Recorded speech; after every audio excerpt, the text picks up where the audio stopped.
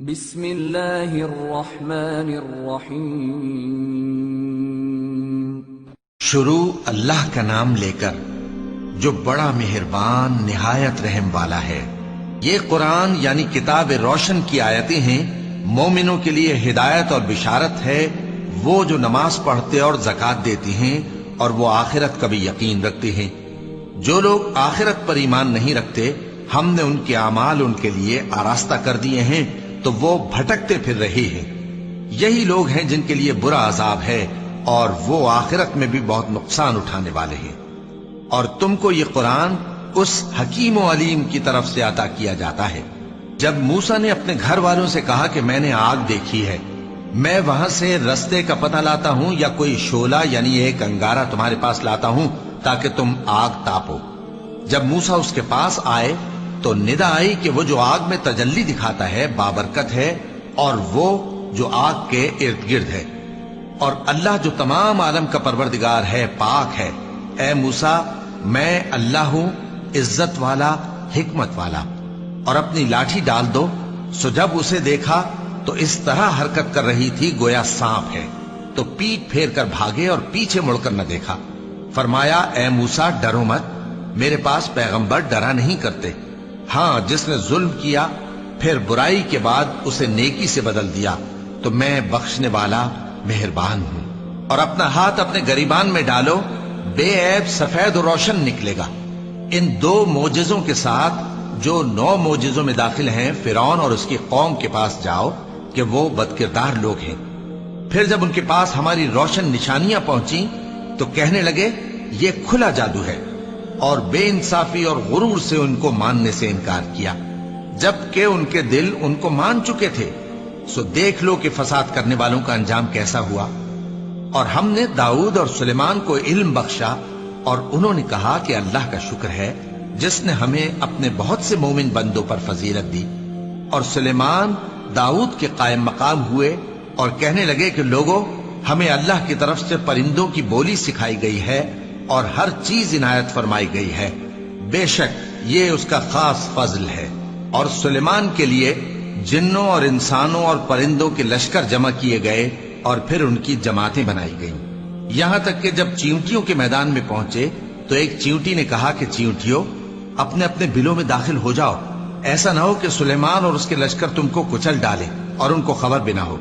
تو وہ اس کی بات سے ہنس پڑے اور کہنے لگے کہ اے پروردگار، مجھے توفیق عنایت کر کہ جو احسان تو نے مجھ پر اور میرے ماں باپ پر کیے ہیں ان کا شکر کروں، اور ایسے نیک کام کروں کہ تو ان سے خوش ہو جائے، اور مجھے اپنی رحمت سے اپنے نیک بندوں میں داخل فرما۔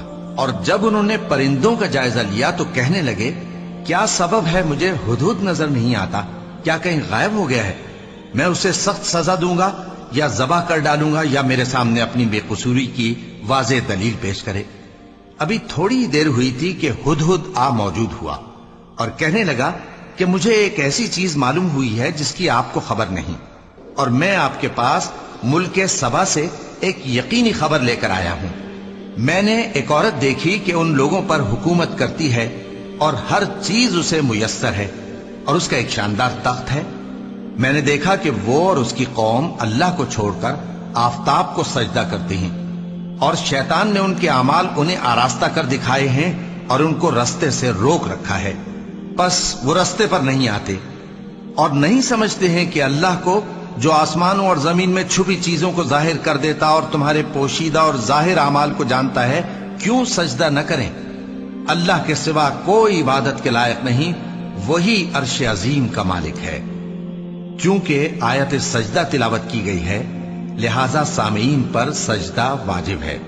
سلیمان نے کہا اچھا، ہم دیکھیں گے تو نے سچ کہا ہے یا تو جھوٹا ہے۔ یہ میرا خط لے جا اور اسے ان کی طرف ڈال دے، پھر ان کے پاس سے ہٹ جانا اور دیکھنا کہ وہ کیا جواب دیتی ہیں۔